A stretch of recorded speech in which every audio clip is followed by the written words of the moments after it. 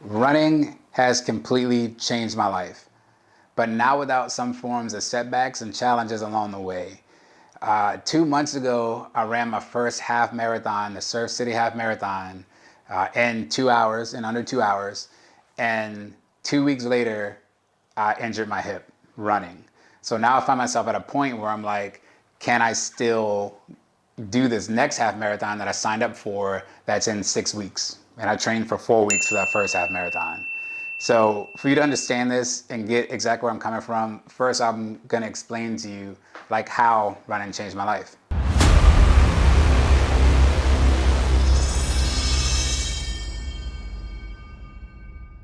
To not make this video like 2 hours long, I'll keep this relatively brief.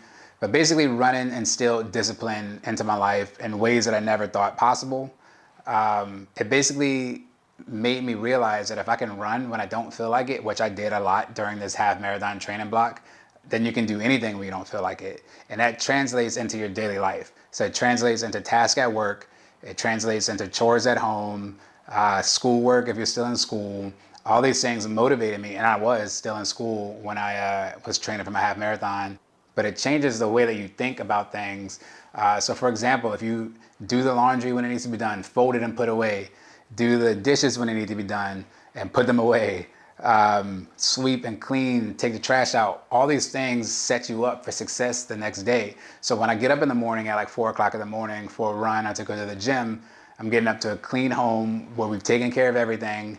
My gym clothes are laid out the night before, prior, all the time, and then I'm dressing out the door quick. And it puts you in a good mood. It just puts you in a better mood.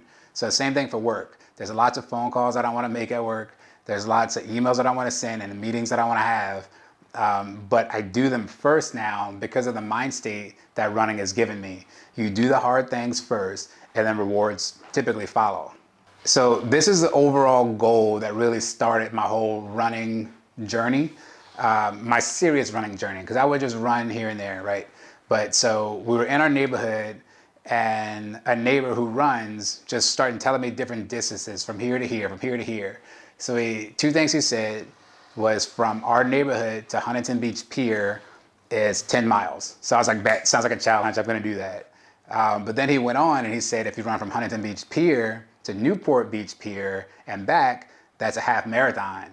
And I had thought about half marathons very a very little amount in the past. But this time I was like, okay, yeah, I'm gonna do it. Because at this point I'm already going to the gym. I'm already kind of starting to lose weight and get into shape. So I was like, I'm gonna do that. So of course, the next day, the very next day, I get up in the morning and I put on some shoes that aren't actual running shoes and I go run. So I'm 2 miles in. I'm going for 10 miles today. I don't know why. I got a long way to go. I'll check back in. I got to about mile 8 before my whole body broke down. So really it was a good thing because it let me experience what a wall felt like before I was even near feeling a wall in a marathon.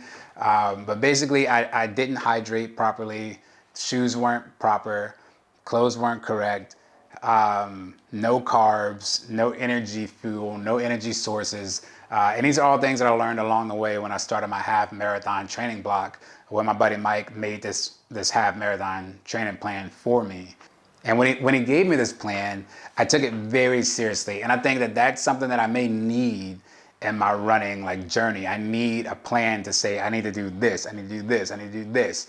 And I followed that plan to the T. I didn't miss one running workout on that schedule for, I think it was about 4 months. So because of that discipline, because I was doing those hard things when I didn't necessarily feel like doing them, when I ran my first half marathon, my goal was to get a sub 2 hour.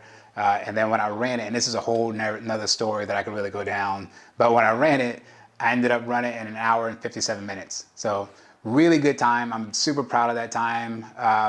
But it does set the mark because now I have this next race coming up in 6 weeks that I don't think that I'm gonna be in the correct shape to even come close to that. So we'll see though, we'll see. So the reason why I care so much about this second half marathon, because really I could just be like, all right, screw it. I could just be like forget it. My hips bother me a little bit. I don't think that I should do this. but it's because I found this out. This is the most ridiculous reason ever.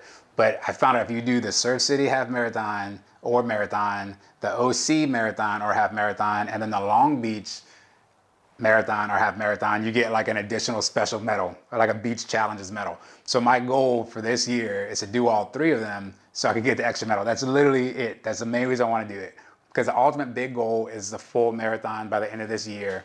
However, if I can squeeze in this OC Hogue half, even if I don't do very well in it, then I still get the medal. So that's the reason why I care so much about this, and that's the reason why I've taken going on 3 weeks now off, so that I can try to like get healthy and get back on track so I can get through that half marathon. And I would like a respectable time, but it's not that important to me. I do just want to finish it. All right, yeah, so I kind of covered it a little bit, but more in depth about this injury. And I use air quotes because I'm not actually injured. I was never like in a cast. I was never clinically broken.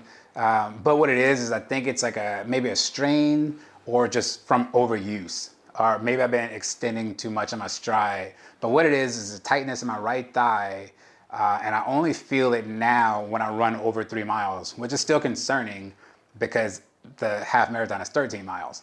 So it's like a little sore, but I've been doing foam rollers, I've been doing RDLs, single leg RDLs, hip thrusters, stretches, couch stretches, anything that is going to open that up and kind of like alleviate some of the tension in there. I've been doing it and I think it's working.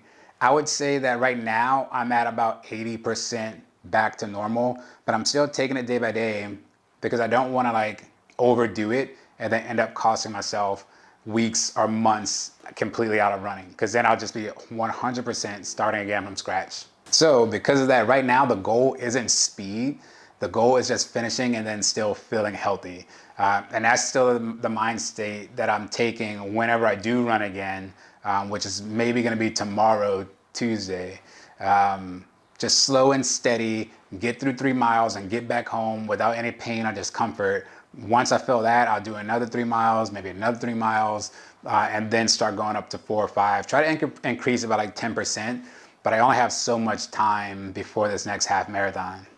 So that's pretty much where I am now, how it started, what happened, and then where I'm going. Right now, the goal isn't sexy. The goal isn't speed. It's just, like I said, finishing and then finishing still feeling healthy and still feeling comfortable. So the goal is just to stay the course. My goal is to stay the course and stay on track. And then hopefully as we progress and I do more episodes of this, I'm running more again. And then we ultimately end it with a full marathon in Long Beach in October 2026.